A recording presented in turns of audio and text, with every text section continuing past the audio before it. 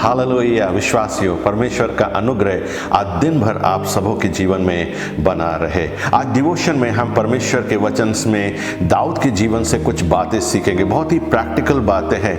अगर आप पहला शमूएल और उसका 17वां अध्याय खोलें, ये वो जगह है जहां दाऊद को उसके पिता अपने भाइयों की खबर लेने के लिए भेजते हैं और वहां गोलियत को दाऊद को फेस करना पड़ता है। हमने इस पूरे अध्याय में बहुत सी बातें हैं। दाऊद अपने विषय में बताता है कि यहोवा ने मुझे बल दिया, मैंने सिंह को भी मारा, भालू को भी मारा और उसी यहोवा के बल से मैं गोलियत को भी मार सकता हूं। लेकिन दो मुख्य एक बेसिक नीड जो एक विश्वासी के जीवन में होनी चाहिए, आज हम उसके विषय में देखेंगे। पहली चीज, अगर हम पहला शमूएल और उसका 17वां अध्याय और उसकी 40वीं आयत में पढ़ते, वहां के आखिरी के हिस्से में लिखा है, और वो अपना गोफन हाथ में लेकर पलिश्ती के निकट गया। अपना गोफन। इससे पहले अगर आप पढ़िए तो राजा अपने आर्मर उसको देता है पहनने के लिए, और राजा का आर्मर वो पहन भी लेता है, लेकिन उसके बाद वो चल नहीं पाता। You need to have your own armour of God. आपको स्वयं परमेश्वर के हथियारों को पहनना है। और अगर आप इफिसियों उसका 6वां अध्याय खोलें और उसके में हम 2 आयतों को पढ़ेंगे। यहाँ पर इफिसियन की किताब में ऐसा लिखा है 11वीं आयत और 13वीं आयत में, परमेश्वर के सारे हथियार बांध लो कि तुम शैतान की युक्तियों का सामना कर सको। 13वीं आयत में, इसलिए परमेश्वर के सारे हथियार बांध लो कि तुम बुरे दिन में सामना कर सको। सारे हथियार हम मिस नहीं कर सकते। कोई भी परमेश्वर का हथियार, उद्धार का टोप पहन लिया, धार्मिकता की झिलम पहन ली, विश्वास की ढाल ले ली, तलवार ले ली, 2 धारी तलवार जो परमेश्वर का वचन है, लेकिन हमने जूते नहीं पहने। या सब कुछ पहन लिया, झिलम नहीं पहनी।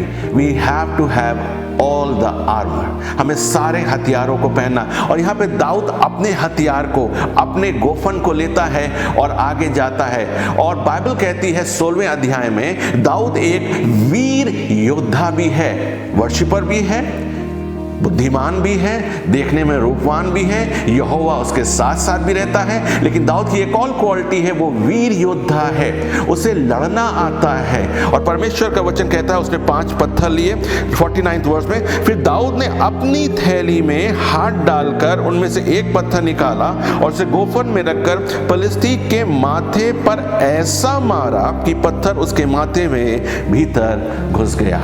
मैं ऐसा विश्वास करता हूं, दाऊद अपने गोफन की प्रैक्टिस करता है। दाऊद एक वीर योद्धा है और उसको लड़ना आता है, उसने लड़ना सीखा है, तभी वो गोलियत का सामना कर पाया। 2 मुख्य चीज, हमें अपने हथियारों को और सारे हथियारों को पहन के चलना बहुत जरूरी है, तभी हम बुरी युक्तियों का और बुरे दिनों का सामना कर सकते हैं। दूसरी चीज, प्रैक्टिस योर फेथ। अपने विश्वास का अभ्यास करिए। जो आप परमेश्वर के वचन पे पढ़ते हैं, जो आप परमेश्वर के वचन से सीखते हैं, प्रतिदिन उसको अपने जीवन में अभ्यास करिए। दाऊद ने अपना हथियार लेके चला और दाऊद निरंतर अभ्यास करता था गोफन चलाने के लिए। उसे पता था चिकने पत्थर से ही राइट आर्म क्या है जिससे गोलियत मारा जा सकता, उसने वो ही चुना, because he was a trained warrior. परमेश्वर के लोगों, परमेश्वर से प्रेम करने वाले लोगों, इन बुरे दिनों का सामना,